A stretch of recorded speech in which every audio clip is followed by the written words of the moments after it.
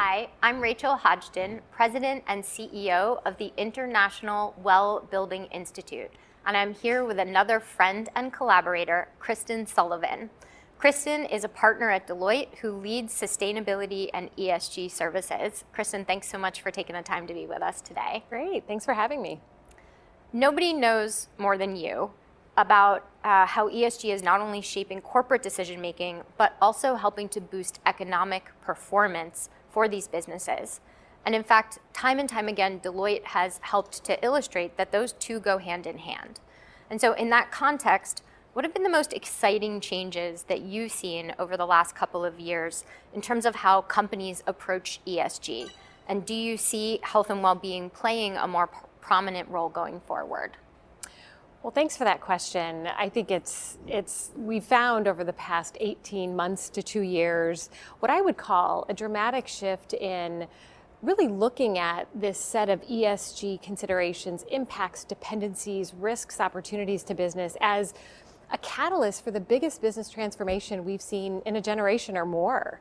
And so I think what's been so exciting, I've been in this space for a number of years, and to see the shift from this mindset of sort of risk compliance, this is a reporting objective, to truly how do we integrate these considerations around environmental and societal impacts, long-term strategies, a time horizon that contemplates a broader universe of impacts and dependencies to really drive value. And that's really where you get into the value and the importance of discipline, rigor, treating ESG no different than any other business risk or opportunity that really demands a set of management systems and measurement discipline to really capture and unlock value.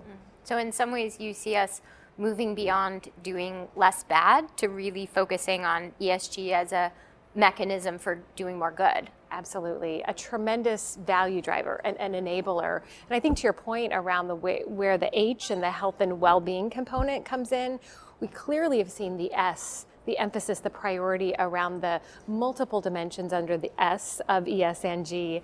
And I think a recognition that this concept of attracting, retaining, thinking about the workforce you need to drive your strategy going forward, and really thinking about the levers to really intentionally invest and drive accountability around optimizing and positioning the company to really meet the strategic objectives. You've got to have that confidence in the talent and the workforce that you have today and really where you're headed. So I think it's become a central strategic focus for business.